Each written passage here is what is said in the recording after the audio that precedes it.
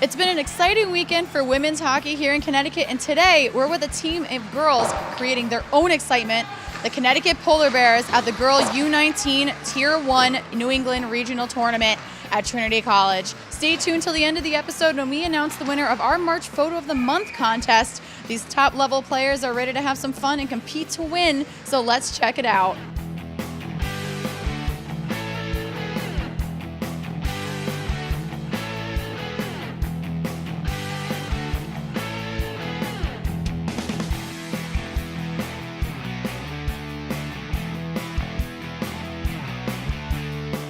Tell me a little bit about the tournament that's going on right now. We're hosting the Tier 1 tournament for U16 and U19. Two teams from each of these girls' brackets will go on to national championships in Marlborough, Mass. in April. When did your love for hockey start?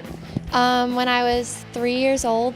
My brother was always playing hockey, and I always wanted to be just like him. When I was younger, I grew up in Colorado, so it was just kind of the thing to do. When my brother quit when he was about 4 years old, and my dad didn't want to just give up the money or whatever, so he just threw me on the ice. When I was 5, Ken Clee from the Washington Capitals moved in next door, and his son would always just be outside shooting, and he kind of just threw me in front of it, and I stopped the shots, so I'm a goalie now. Almost 30 years ago, you started an all-girls program. Why'd you decide to do that?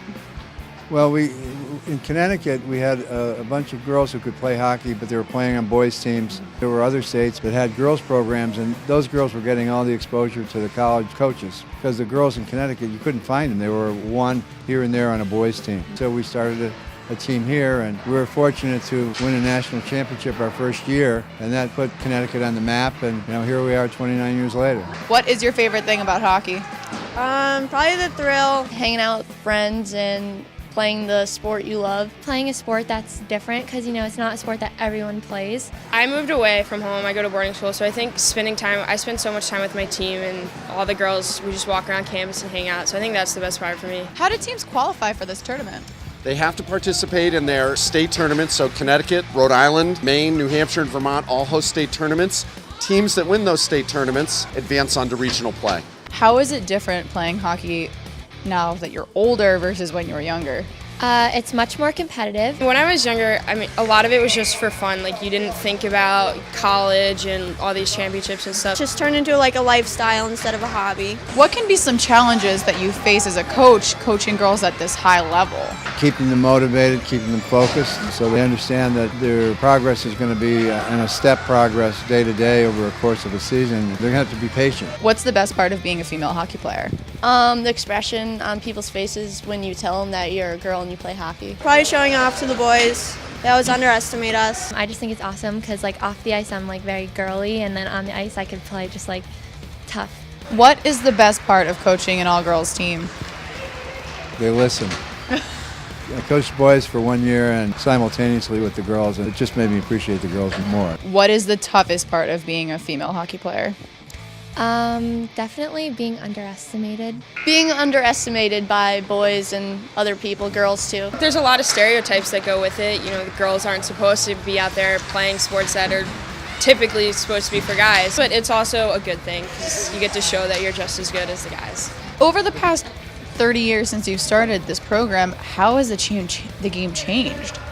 Well, the talent level, it just rises every year. When we first started, we had kids who were 13 years old who could play at the college level. I remember taking Julie Chu to Canada as an 11-year-old, and she was playing against 20-year-olds, and she was competitive. And the college coaches wanted to know who this kid was, and I said to them, they're going to have to wait a little while. She was only in the 5th grade, But today, that just wouldn't happen. The talent level is so great that even the best kids have a tough time at the top Division I schools getting ice time in their first couple of years. The talent level is very much increased. Why do you think the Connecticut Hockey Conference does such a good job at grooming these girls? So in Connecticut, we're blessed with having almost 3,000 girls play ice hockey here, and we've been able to develop a number of programs and a number of different age levels and quality of play levels so that everybody can participate. But we do have 3 premier programs here in Connecticut, the Northern Lights, the Polar Bears, and Mid-Fairfield. Those programs dedicate themselves to growing girls hockey. If you could spend a day with anyone from the USA's silver medal team, who would it be and what would you guys do? Amanda Kessel, and just play hockey.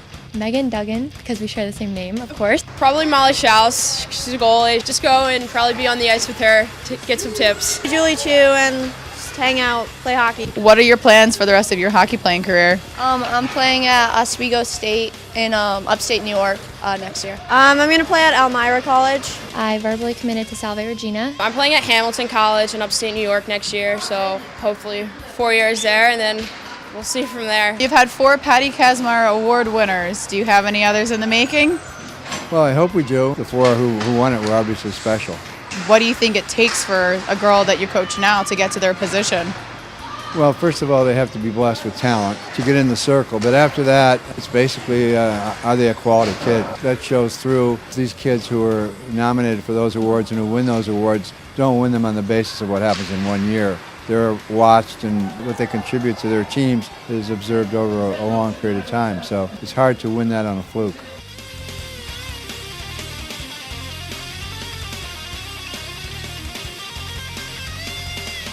We know there are some great things in store for these girls. Congratulations to Andy Gardecki and Melissa Geiger, who both submitted the winning photo of these state champions. Thanks for joining us, and remember, you just gotta love Connecticut hockey.